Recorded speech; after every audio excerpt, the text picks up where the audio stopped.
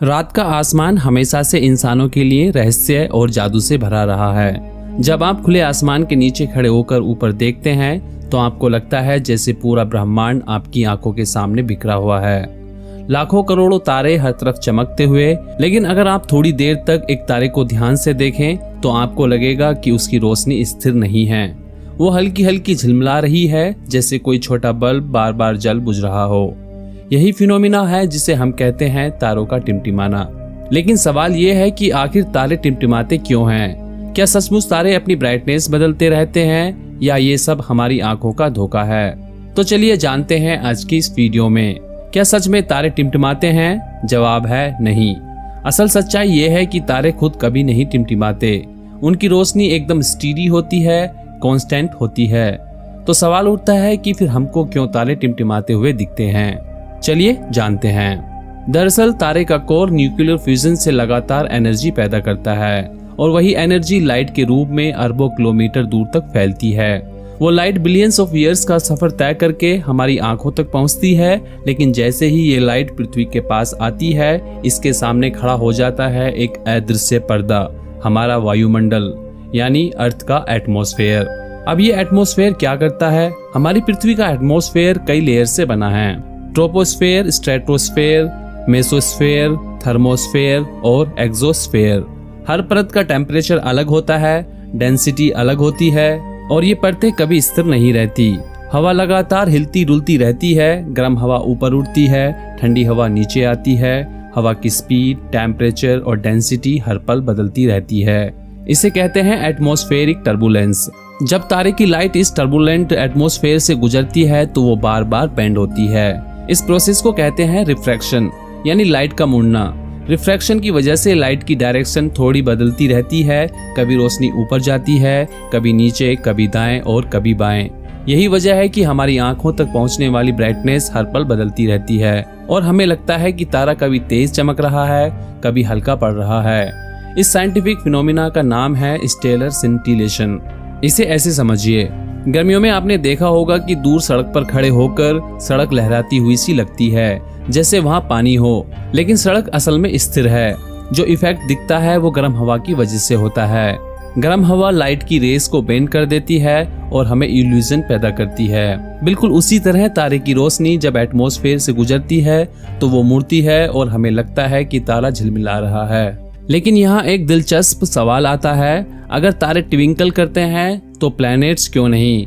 जैसे Venus, Mars और Jupiter, वो हमें स्टीडी चमकते क्यों दिखते हैं? इसका कारण है दूरी और अपैरेंट साइज। तारे हमसे लाइट ईयर्स दूर होते हैं, इतने दूर कि हमें वो सिर्फ एक पॉइंट सोर्स ऑफ लाइट की तरह दिखते हैं और जब एटमॉस्फेयर उनकी लाइट डिस्टर्ब करता है तो उनकी ब्राइटनेस तुरंत बदल जाती है। लेकिन प्लैनेट्स हमसे काफी पास हैं। उनकी डिस्टेंस सिर्फ कुछ करोड़ या अरब किलोमीटर होती है, इसलिए वो छोटे छोटे डिस्क की तरह दिखते हैं। जब एटमॉस्फेयर उनकी लाइट को डिस्टर्ब करता है तो थोड़ी सी ब्राइटनेस इधर उधर होती है, लेकिन उनकी पूरी रोशनी स्टेबल रहती है। इसी वजह से प्लैनेट स्टीडी चमकते हैं जबकि स्टार्स ट्विंकल करते हैं।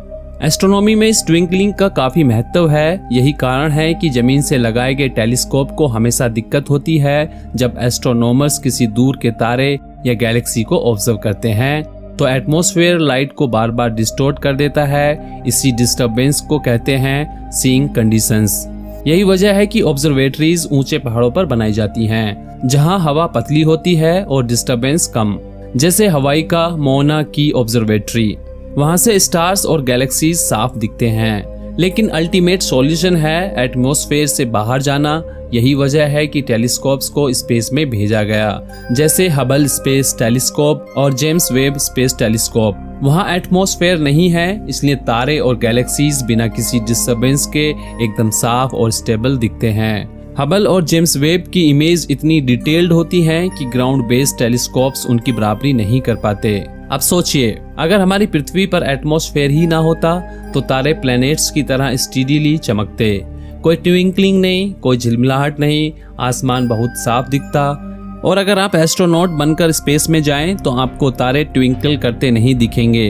वहां एटमॉस्फेयर नहीं है, इसलिए stars steady point of light की तरह नजर आते हैं। सोचिए कितना अलग होता होगा वो नज़ारा, एकदम शार्प, बिना किसी डिस्टर्बेंस के, यही वजह है कि एस्ट्रोनॉट्स अक्सर कहते हैं कि स्पेस से स्टार्स धरती के मुकाबले कहीं ज्यादा चमकदार और साफ दिखते हैं। लेकिन यहाँ एक और फैसिनेटिंग पहलू है। ट्विंकलिंग की वजह से ही हमें कभी कभी कुछ एस्ट्रोनॉमिकल डिस्कवरीज करने में मदद भी मिलती है। एग्जाम्पल के तौर पर जब कोई ग्रह किसी तारे के सामने से गुजरता है तो तारे की ब्राइटनेस थोड़ी देर के लिए बदलती है। इसी ट्रांजिट मेथड से साइंटिस्ट ने हजारों एक्सोप्लैनेट्स डिस्कवर किए हैं।